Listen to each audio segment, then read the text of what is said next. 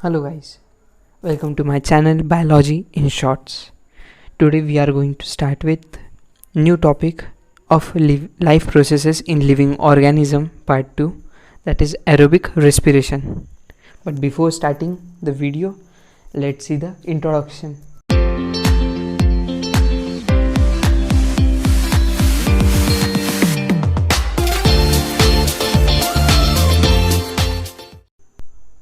So yes, aerobic respiration.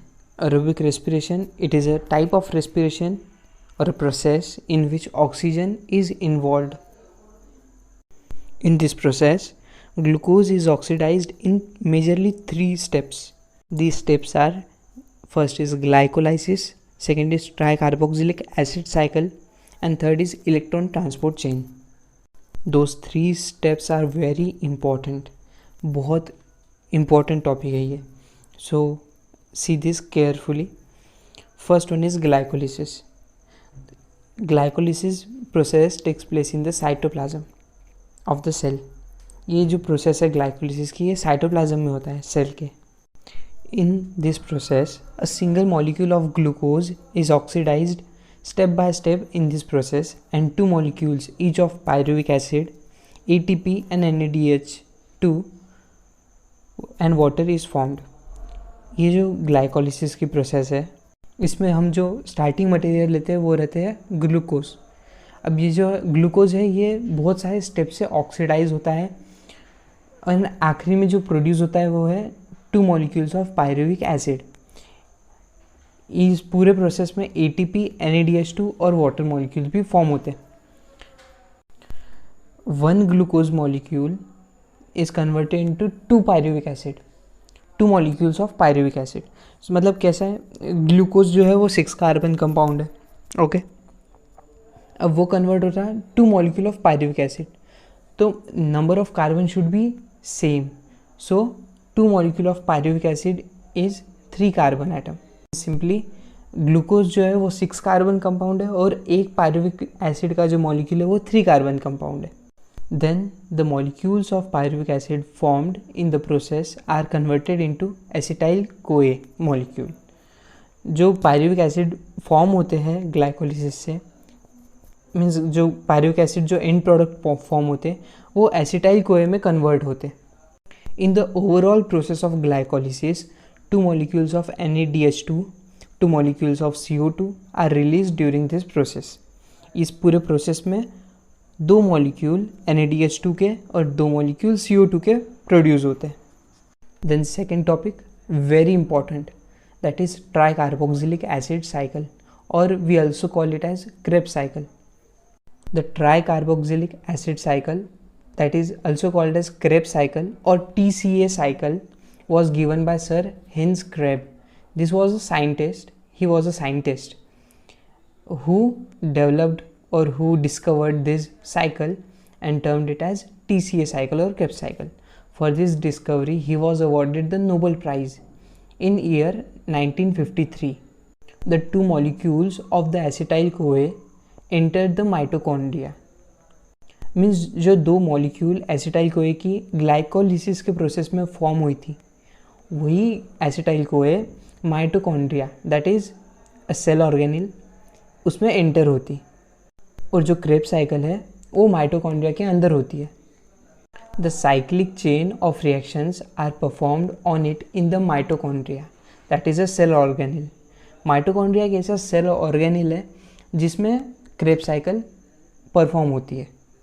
In tricarboxylic acid cycle the acetyl part of the acetyl CoA is oxidized completely through a cyclic process, and molecules like CO2, H2O, NADH2 and FADH2 are derived. Means जो एसिटाइल-CoA enter होता है mitochondria में, उसका जो acetyl group है वो completely oxidise होता है वो पूरे साइक्लिक प्रोसेस में, और ये फॉर्मेशन करता है CO2 मॉलिक्यूल का, H2O that is water, NADH2, FADH2 etc. Then third very important topic, that is electron transport chain.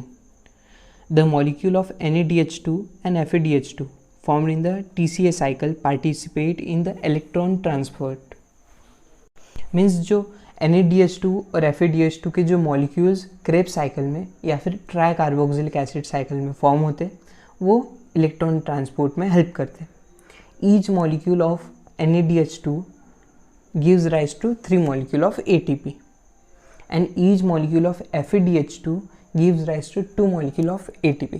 Very important. These 2 points are very important. Means NADH2 जो है वो 3 molecule of ATP. 1 molecule of NADH2 means 3 molecule of ATP and 1 molecule of FADH2 forms 2 molecule of ATP.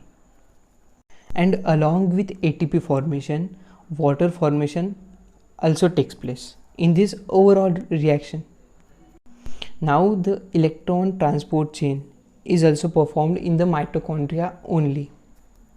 Means जो electron transport chain की जो process है ETA cycle जो है वो माइटोकॉन्ड्रिया में ही होती है। आज जो भी अपन ने 3 प्रोसेस देखी बहुत इंपॉर्टेंट, तीनों की अपन एक क्विक समरी देखेंगे, ठीक है। तो फर्स्ट थिंग एरोबिक रेस्पिरेशन, इस प्रोसेस में ऑक्सीजन इन्वॉल्व रहता है।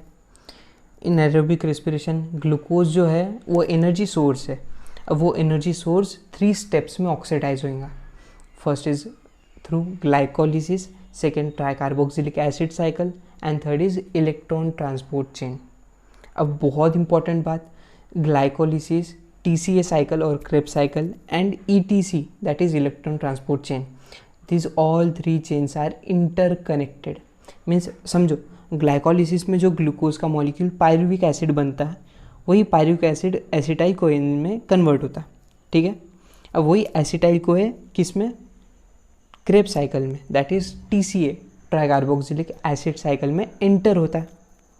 Now in tricarboxylic acid cycle और क्रेब्स साइकिल जो एसिटाइल ग्रुप है वो कंप्लीटली ऑक्सीडाइज होता है and lead to the formation of energy rich compound like NADH2, FADH2 etcetera. अब NADH2 और FADH2 पार्टिसिपेट करते इलेक्ट्रॉन ट्रांसपोर्ट चेन में।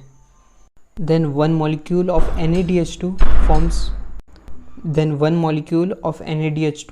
Forms 3 molecule of ATP and 1 molecule of FADH2 forms 2 molecules of ATP. Okay, this must be very clear. Then दूसरी बात हमने क्या देखी, glycolysis जो प्रोसेस है वो साइटोप्लाज्म में होता है। देन क्रेब्स साइकिल जो है या फिर ट्राइकार्बोक्सिलिक एसिड साइकिल वो माइटोकॉन्ड्रिया के मैट्रिक्स में होता है और जो इलेक्ट्रॉन ट्रांसपोर्ट चेन है वो माइटोकॉन्ड्रिया में होता है, ठीक है। अब बहुत इम्पॉर्टेंट बात क्या है कि जो भी टॉपिक कवर हो रहा है उसके आप खुद से नोट्स बनाने के ट्राई करो। मतलब क्या होगा, आप जितना आपकी खुद की नोट्स बनाएंगे, जितना आप खुद से रीड करेंगे उतना आपके कॉन्सेप्ट क्लियर होंगे। सो थैंक यू, मिलते हैं आप अगले लेक्चर में and do like share and subscribe to my channel and मिलते हैं। Thank you.